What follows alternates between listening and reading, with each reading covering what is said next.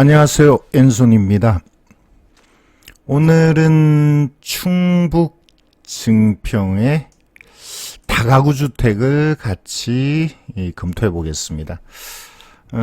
이 물건을 말씀드리는 이유는 추천이라기보다 다가구 주택을 어떻게 접근하고 수익성을 판단하고 또 명도나 배당을 분석할 건지 이런 방법에 대한 얘기를 하려고 합니다. 보통 이제 투자라고 하면 저는 이 내용에 대해서는 여러 차례 말씀을 드렸는데요. 실수요자가 아닌 투자는 보통 이제 두 가지 측면으로 접근을 하게 되죠. 매도 수익, 저렴하게 사서 제값에 파는, 또는 제값에 사서 가격이 오르는 걸 기대하는 이 매도 수익이 있고요. 그 다음에 가져가면서 임대 수익을 기대하는 이 두 가지가 이제 투자의 일반적인 목적인데, 단기에 매도 수익을 내는 건 참 쉽지 않다라고 했는데, 그럼에도 최근에는 수도권의 아파트 가격이 단기에 급등해서 실제 매도 수익을 쉽게 내는, 사실상 자세히 들여다보면 결국 쉽지는 않았습니다만, 제3자가 봤을 때는 단기에 집값이 급등해서 수익을 냈다, 이제 이렇게 볼 수도 있겠죠. 그런데 투자에 있어서 바람직한 게 과연 있을까라고 생각해 볼 수는 있는데, 어쨌든 투자는 이렇게 단기에 급등해서 수익을 내는 측면보다 제대로 분석해서 가져가면서 임대 수익을 얻고 또 그 가치의 상승을 기대하면 결국 임대 수익과 매도 수익도 기대하는 이러한 투자가 좀 정상적인 투자가 아닐까라는 생각을 했습니다. 그게 가장 맞는 게 일반적으로 이제 임대를 주고 가져간다 그러면 임대 물건이라는 게 소형 아파트도 있겠지만 일반적으로 오늘 얘기하는 이제 이런 다가구, 물론 뭐 오피스텔이나 빌라도 임대로 투자를 하긴 합니다만 좀 가져간다라는 걸 전제하면 다가구, 근린주택, 물론 상가도 임대 수익을 기대하기도 합니다만 이 다가구가 가장 대표적인 이 두 가지를 모두 기대하는 거에 있어서는 다가구가 가장 대표적인 물건이 아닌가, 이제 그런 생각에서 오늘 다가구를 말씀드리려고 합니다. 서두가 좀 길었는데요. 어쨌든 여러분이 단기 투자를 선호하든 오늘 얘기하는 임대를 목적으로 가져가다가 매도 수익까지 기대하는 그쪽 투자를 하시든 어떤 쪽이든 어쨌든 다가구에 관심을 갖는다면 오늘 제가 얘기하는 다가구에 대한 접근이 도움이 되지 않을까, 이런 생각으로 다가구를 말씀드리려고 하는 겁니다. 실제 다가구를 투자하는 분들은 뭐라 그럴까요? 좀 연세가 드신 이 건물에 거주를 하면서 나머지 부분을 임대를 주고 가져가는, 그래서 이 안정적인 임대 수익을 목표로 하는 나이 드신 은퇴자들이 보통 선호합니다. 이런 물건을 선호하는데, 최근에 대도시에 있어서는 또 이게 가격 상승까지 있었기 때문에 많은 투자가 있었는데 가격이 많이 올라버렸죠. 그래서 수도권에 다가구를 투자한다 그러면, 대도시에 다가구를 투자한다 그러면 10억 이하로 어렵습니다. 좋은 물건 같으면 뭐 20억도 할 수 있는, 그 정말 많은 돈이 들어가는, 그래서 소액으로 투자한다는 거는 다가구에 있어서는 힘든 일이죠. 그런데 오늘 보는 이 물건, 물론 외형상으로 금액이 7억이 됩니다만 지금 떨어진 거는 반값으로 떨어졌거든요. 비교적 큰 금액이 아닌, 수도권으로 치면 24평 아파트 가격 정도밖에 안 되는 이런 물건도 다가구가 있다는 것을 또 말씀을 드리고요. 어쨌든 이 다가구에 대해 좀 설명을 해볼까 합니다. 가격이 7억. 나중에 이 가격이 객관적이냐에 대해서 또 판단을 해보겠습니다. 3억 7천까지 떨어졌으니까 반값이죠. 예, 그리고 외형상 보면 건물이 깨끗해 보입니다. 실제 2013년이면 그리 오래된 건물은 아닌데요. 일단 이 증평, 충북 증평, 중부 지역이죠. 이 정평이라는 곳이 어떤 곳인지를 좀 말씀드려야 되니까 카카오 맵을 열어놨습니다. 이 번지로 보시면 이 지도만 봐서는 금방 와닿지가 않습니다. 정평이라는 군 소재지지만 작은 도시거든요. 예, 그래서 이 작은 도시의 이 군세 소재지 이 중심에 있는 요 제가 잘못 눌렀고요. 이 다가구 주택입니다. 위치는 요 정도 됩니다. 그래서 정평역에서 멀지는 않은데 대강 거리는 한 300m 됩니다만 군청도 가까이 있긴 한데 소규모 군 소재지의 중심 주택가 내 주변은 거의 이 주거 지역인 걸로 보입니다. 그래서 이 말씀을 왜 드리냐면 장래의 가치 상승을 기대할 수 있을까? 실제 부동산 투자에서 가장 중요한 게 장래 가치 상승인데 그 부분에 있어서 기대치가 많이 낮다는 거죠. 이 지도를 점점 넓게 보면 여기가 어디인지 이제 조금 짐작이 가실 거예요. 수도권에서 1시간 내지 한 1시간 반 정도 가야 되는 꽤 먼 거리죠. 꽤 먼 거리입니다. 그리고 주변은 물론 이 산업단지들이 좀 있긴 합니다만 그 규모가 그렇게 크지는 않거든요. 다시 한번 볼까요? 그래서 가장 중요한 장래의 가치 상승에 있어서 예를 들어서 뭐 인구 증가, 어떤 호재 이런 쪽을 기대하기가 좀 어렵다는, 그렇다면 이런 쪽의 부동산은 좀 저렴하게 사야 됩니다. 안정적인 임대 수익도 매우 중요하긴 한데 가치 상승을 기대하기 어렵기 때문에 저렴하게 낙찰을 또는 저렴하게 매수를 해야 된다라는 걸 말씀을 드립니다. 다시 이 자료로 돌아갔어요.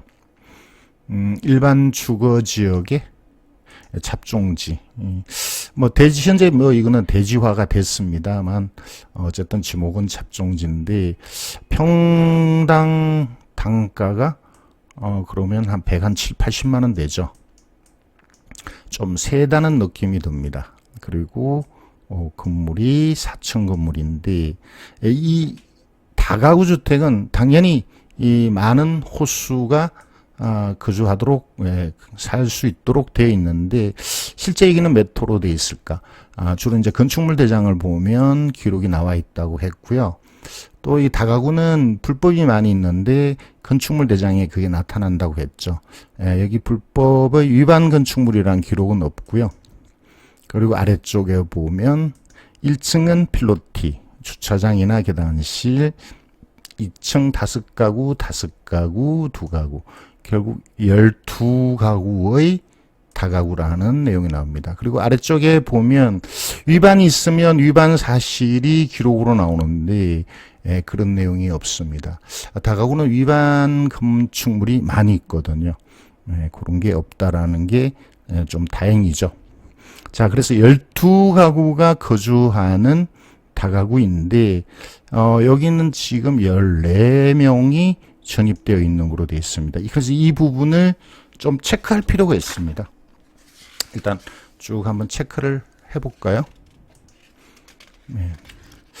5가구, 5가구, 2가구니까 각 층별로 이 내용을 좀 확인할 필요가 있으니까 층별로 이거 확인을 일일이 하셔야 됩니다. 201호, 202호, 203호, 204호 이런 식으로. 그죠? 201호가 중복이 있죠. 201호, 또 201호. 그래서 여기는 금액이 없으니까 이건 없다라고 지워버리면 되겠죠. 그런 식으로 203호도 두 개가 나옵니다. 예. 이 다가구를 체크하다 보면 이런 일은 자주 있는데요.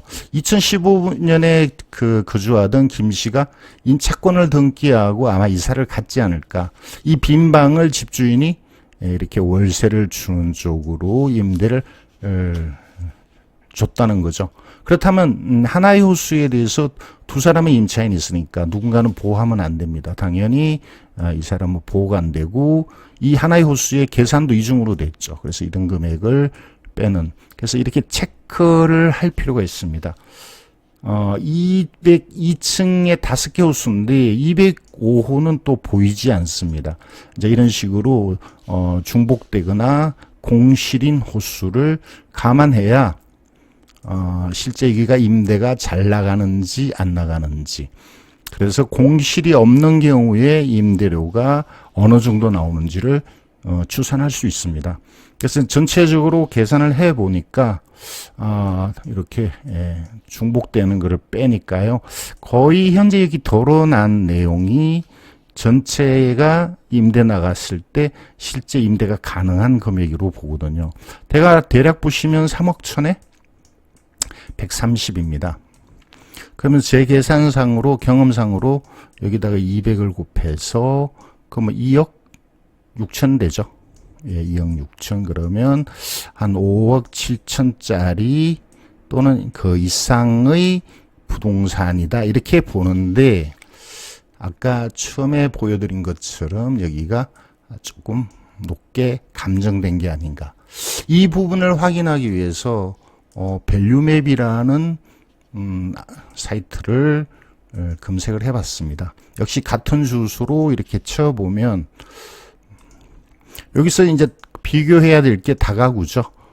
이렇게 다 없애버리고 다가구를 보면 실제 다가구의 사례가 거의 없습니다. 거의 대부분이 단독이고, 다가구는 바로 옆에 하나가 있었거든요. 그래서 이 다가구를 살펴보니까 거의 같은 시점에 같은 소유자가 지은 게 아닌가라고 판단되는 이런 4억 5천짜리 거래된 사례가 하나 있었네요. 그러니까 여기 7억 얼마는 좀 고평가된 게 아닌가. 또 하나, 주변의 토지가 거래된 것을 보면 100만 원에 거래된 것들이 보입니다. 그리고 이 경매 나온 땅은 요거죠. 100만 원에 거래된 게 뭐 최근은 아닌데요. 비교적 최근인 게 뭐 이렇게 나왔는데, 그럼 이거를 대략 한 100만 원 정도 평당. 여기가 평당이거든요. 그럼 평당 한 100 정도로 보는 게 맞지 않은가인데, 여기는 지금 아까 말씀드린 것처럼 거의 한 170에 감정이 됐습니다. 그래서 너무 고평가됐다. 그래서 전체적으로 저는 이 감정가가 7억 얼마가 저는 좀 고평가된 게 아닌가. 한 6억 정도로 봐야 되지 않을까. 요게 2016년에 4억 얼마에 거래가 됐으니까, 물론 그 시점보다 시간이 좀 지나갔고 위치는 요게 조금 더 낫지 않나, 이제 이런 걸 감안할 때 저는 한 6억 정도의 감정평가가 맞지 않을까. 저는 이제 그렇게 고평가된 걸로 어느 정도 판단을 합니다. 자, 어쨌든 임차인을 전부 임대를 놨을 때 저는 한 3억에 한 150. 근데 이 보증금을 좀 줄이는 쪽으로 가면 한 2억에 한 200 정도의 임대가 가능하지 않을까. 이렇게 하든 실제 가능한지 여부는 현장 가서 주변 공인중개사와 상담을 한번 해봐야 되겠지만, 저는 어느 정도 이게 가능하지 않을까, 이렇게 봅니다. 이걸 말씀드리는 이유는 수익성을 판단할 때 과연 보증금 얼마, 월세가 얼마 나올까를 어느 정도 추산을 해야 되거든요. 자, 그래서 그렇게 판단을 했었고요. 그 외의 문제는 뭐냐. 여기 보시면 대항력 있는 세입자가 많습니다. 대항력이 있다라는 것은 보증금이, 이 배당이 못 받을 때 낙찰자가 인수해야 되는 문제니까 이 부분이 실제 배당을 다 받는지를 판단해야 되는데 이게 아마 초보자 입장에서는 좀 어려운 내용이 되겠습니다만 지금 한번 판단을 해볼게요. 다가구를 공부하는 이유 중에 또 하나의 그 목적이 이 배당 문제 때문입니다. 다가구는 많은 사람이 살고 또 그 중에 권리관계가 대항력이 있거나 없거나 뭐 이렇게 복잡한데 과연 배당이 될까? 이 문제는 결국 명도가 어렵나 쉽나의 문제가 되거든요. 그래서 배당에 대한 판단 그리고 대항력이 있는 임차인이 배당을 못 받으면 낙찰자가 물어주는 인수인 문제가 생기죠. 그래서 이런 거를 판단하기 위해서 배당을 체크해야 됩니다. 자, 배당의 순서는 여러 차례 말씀을 드렸습니다만 일단 소액 임차인에게 먼저 배당을 하고 그 다음에 우선 변제권이라 그래서 임차인은 전입과 확정을 다 갖춘 날짜. 그리고 그거 외에 건저당 같은 경우는 건저당이 설정된 날짜. 뭐 이런 식으로 하는데 이 건저당보다 늦게 받는 임차인도 있을 수 있겠죠. 전입이 늦거나 확정이 늦으면 또 건저당보다 늦게 배당이 됩니다. 요거는 건저당보다 전입과 확정이 다 빠른 경우고요. 둘 중 하나라도 늦으면 건저당보다 순위가 늦어지겠죠. 이런 기본적인 배당의 이론을 여러분이 파악을 한다면 사실 배당은 그렇게 어렵지 않습니다. 그럼 먼저 소액의 판단을 먼저 해볼까요? 소액은 항상 건물 등기 부상 말소 기준 권리. 근데 여기서 말소 기준 권리를 조심해서 여러분이 판단하셔야 됩니다. 일반적으로 아파트 빌라는 전세권이 말소 기준이 돼요. 왜냐하면 아파트 전체에 대한 전세권, 빌라 전부에 대한 전세권이니까 이 말소 기준 권리가 되는데 그리고 또 한 가구가 일반적으로 살죠. 아파트 빌라는. 그러니까 뭐 별 문제가 없는데 이 다가구는 이 전세권이 여러 가구 중에 일부에 대한 전세권입니다. 그러니까 전체에 대한 전세권이 아니다 보니까 이게 말소 기준 권리가 되지 않는다는 거죠. 그럼 말소 기준 권리는 당연히 건저당 또는 가압류인데 여기서는 건저당이죠. 이게 말소 기준 권리가 되니까 이것보다 앞선 임차인은 대항력이 있다 이렇게 되는 거고요. 또 하나 이 건저당을 기준으로 소액 배당을 판단하죠. 자, 내용이 점점 어려워지는데 자, 소액 배당이 해당되는지 안 되는지는 결국 이걸로 봐야 됩니다. 건저당 날짜를 기준으로 소액 조견표를 봐야 됩니다. 건저당 날짜가 2018년 5월이었습니다. 그러니까 여기고요. 충북 진천은 여기죠. 그러니까 5천 이하의 세입자에게 1,700을 제일 먼저 배당한다는 기준이 나옵니다. 자, 그러면 이 여러 세입자 중에 이제 한 사람씩 계산을 해볼까 합니다. 첫 번째 소액은 5천만 원 이하의 임차인에게 1,700씩 준다죠. 여기는 소액이 안 됩니다. 전입이 없으니까 배당을 받으려면 전입을 해야 되죠. 소액. 고맙게도 구독시는 이렇게 다 표시를 해놨네요. 여기는 왜 소액이 안 되냐? 배당 요구를 안 했기 때문입니다. 자, 그렇게 소액이 하나, 둘, 셋, 넷, 5명이 이 소액이 되네요. 제가 소액이 정확한지 모르겠습니다. 네, 하나, 둘, 셋, 넷. 그렇죠. 여기 한 사람 빠졌네요. 5, 6. 그래서 1,700만 원씩 6명에게 먼저 한 1억여 원 배당이 나가죠. 그 다음에 누구에게 배당되냐? 이런 거죠. 건저당보다 전입도 빠르고 확정도 빠른. 그죠? 여기는 말소 기준 권리보다 확정일이 늦습니다. 그래서 우선 변제가 안 될 거고요. 건저당보다 먼저 되지는 않죠.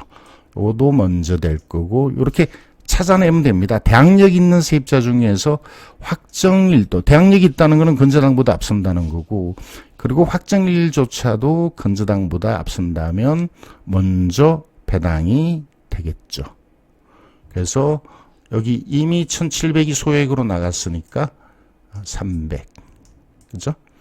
예, 여기 4000은 이미 1700이 나갔으니까 2300. 이런 식으로, 예, 물론 이 네 사람도 순위는 각각 있습니다만 어쨌든 다 받고도 돈이 남을 거니까 저는 일단 순위하고 관계없이 이렇게 표시를 하겠습니다. 4,500 세입자도 1,700 받았으니까 2,800. 그죠? 그리고 마지막 4,300 세입자가 1,700 받았으니까 2,600. 이걸 합하면 어떻게 되나요?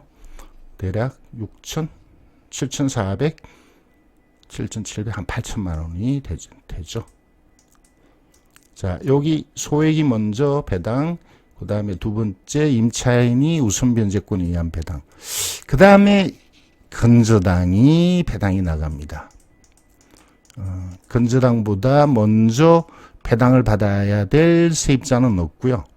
자, 그래서 여기 이 부분을 지금 다 지워야 되는데 어쩔 수 없이 지우겠습니다. 그래서 여기 1억이 이미 나갔고 8천이 또 나갔습니다. 그러면 건저당권자에게 세 번째 배당이 나가는데 이 건저당권자가 4억 4,200 돼 있는데 실제는 뭐 4억 4천이 안 될 수도 있는데 어쨌든 소액으로 잘못 적었죠. 어쨌든 소액으로 1억 200이 먼저 나갔고 그 다음에 우선 변제권에 의해서 4명에게 8천이 나갔는데 그럼 여기 4억 또는 4억 4천 뭐 이렇게 배당이 나가겠죠. 이게 다 나갈지 일부 나갈지는 실제 이제 낙찰가에 달려 있는데 아까 지금 최저 낙찰가가 최저 입찰가가 3억 7천이거든요. 저는 한 4억 정도로 입찰가를 예정한다 그러면 여기 나가고 여기 나가고 여기는 한 2억 한 2천 정도 배당이 나가고 그럼 다 나가는 건 아니죠. 일부 나가는 거죠. 더 이상 배당 줄 데가 없습니다. 이제 돈이 모자라죠.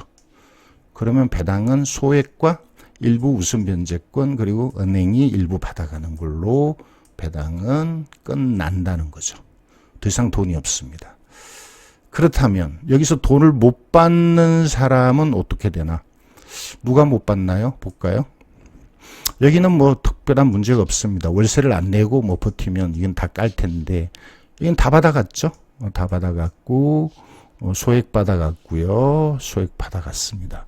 근데 여기 확정일이 늦어서 2,500 중에 1,700만 받아갔고 800은 못 받아갔습니다. 이걸 낙찰자가 인수해야 된다는 거죠. 그러면 여기는 다 받아갔고요. 여기는 배당 요구 안에서 이게 전액이 인수입니다. 그리고 여기는 다 받아갔습니다. 그래서 800하고 4,000. 제가 한 개를 빼먹었는데요. 김춘, 여기 800. 김성, 여기도 확정이 늦네요. 그죠? 대항력은 있는데. 그래서 800. 그래서, 이 5,600만 원이 인수입니다. 이거는 입찰하는 사람에게 매우 중요하죠. 낙찰자가 물어줘야 될 금액이니까.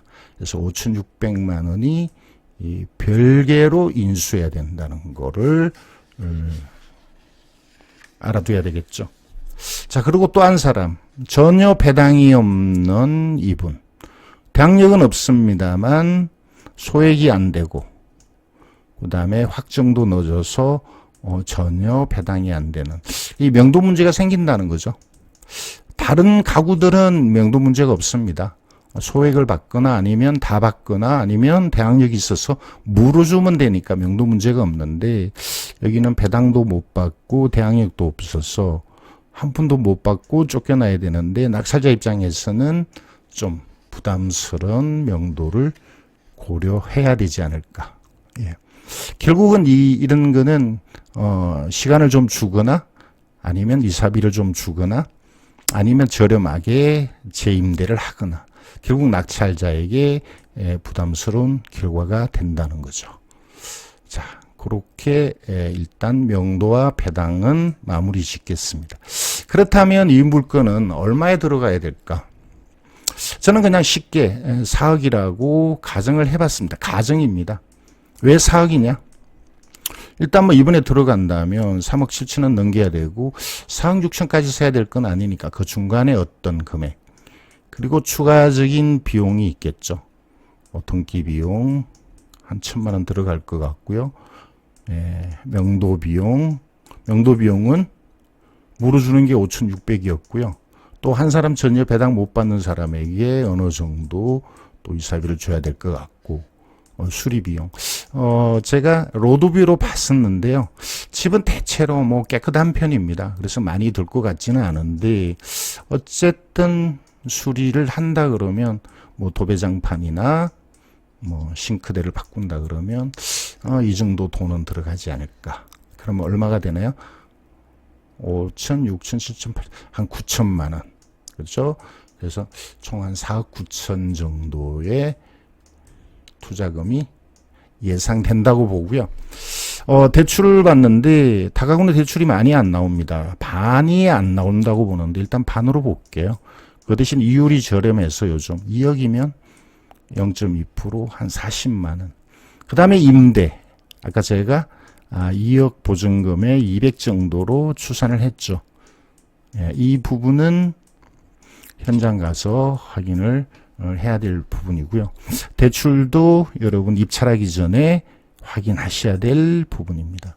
그러면 4억 9천에서 4억을 빼니까 9천을 투자하고 월세를 받아서 이자를 내면 160이고 그러면 이 정도면 대략 20%의 수익률. 20% 수익률 나쁘지 않습니다. 자, 그런데 문제는 가격의 상승. 아까 제가 한 6억 정도 예상했습니다만 과연 6억에 팔 수 있을까에 대한 판단. 이게 매우 중요할 것 같습니다. 그렇지 않고 그냥 안 팔리고 가져간다 그러면 이 수익만으로는 저는 이 물건을 권하고 싶지는 않거든요. 그래서 이 부분이 매우 중요한데 가져가서 장래에 뭐 오른 가격으로 처분할 수 있을까? 그 부분에 확신이 있다 그러면 뭐 이거는 4억 또는 그 이상에 입찰하셔도 될 것 같고요. 그렇지 않다면 그냥 소신껏 4억. 그리고 그보다 더 비관적으로 이 물건을 판단한다 그러면 저는 뭐 들어가지 않거나 최저가로 입찰하거나 이렇게 해야 되지 않을까. 자, 이렇게 봅니다. 자, 오늘 좀 길게 다가구 주택의 이 판단, 그 다음에 수익성 문제, 지방 다가구에 있어서 그 가격의 상승을 충분히 고려해야 된다. 자, 이런 말씀을 드렸습니다. 제가 뭔가 놓친 부분이 하나 있는 것 같아서, 자, 여기 정평. 이런 생각은 듭니다. 정평에 어떤 연고가 있고, 내가 여기에 노후를 여기서 지내고 싶다면, 이제 이런 물건은 뭐 적극적으로 해도 되는데, 소액으로 투자한다면 이 소액 투자는 아니죠. 일단, 임대가 나가고 대출 받기 전까지는 또 꽤 큰 돈이 들어가니까 경험이 적은 분은 이쪽이 맞지 않는 것 같고요. 그래서 이런 물건을 실제 투자할 수 있는 분 아까 말씀드린 이 지역에 연고가 있는 은퇴한 직장인 이런 쪽이 되겠죠. 자, 그래서 오늘은 서두에 말씀드린 것처럼 이 물건을 추천한다기보다는 다가구에 대한 접근, 그 다음에 권리 분석, 즉 배당과 명도 이런 것들에 대한 공부였다고 생각하시면 되겠네요. 자, 지금까지 충북 정평의 다가구를 같이 공부했습니다. 앤손이었습니다.